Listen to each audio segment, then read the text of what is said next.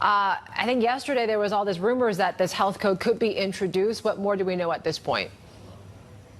Yeah, I think it's quite clear now that this is the intention of the new government to introduce this health code. It's going to assign you colors based on whether you're infected and should be isolating at home, or whether you're a traveler and also should be isolating at home. The idea is to really prevent these people to go into crowded places and to spread infection during a risky time for them.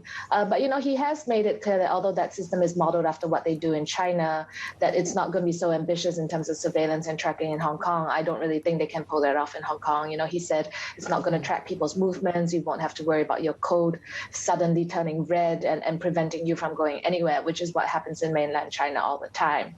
So I think in general, the new government is really trying to sort of hit the ground running, put their best foot forward and optimize the system that they have going on in Hong Kong in order to make it less disorganized and chaotic for people. But I think it remains to be seen how this is going to really work.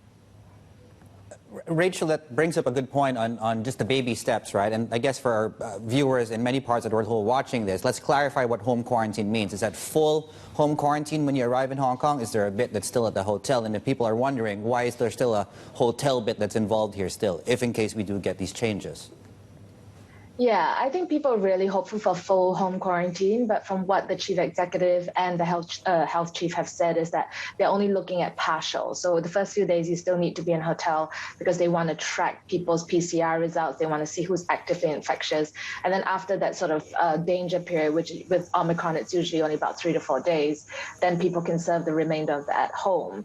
I think some people are really hopeful that Hong Kong will be exiting this sort of COVID zero strategy, COVID zero light strategy.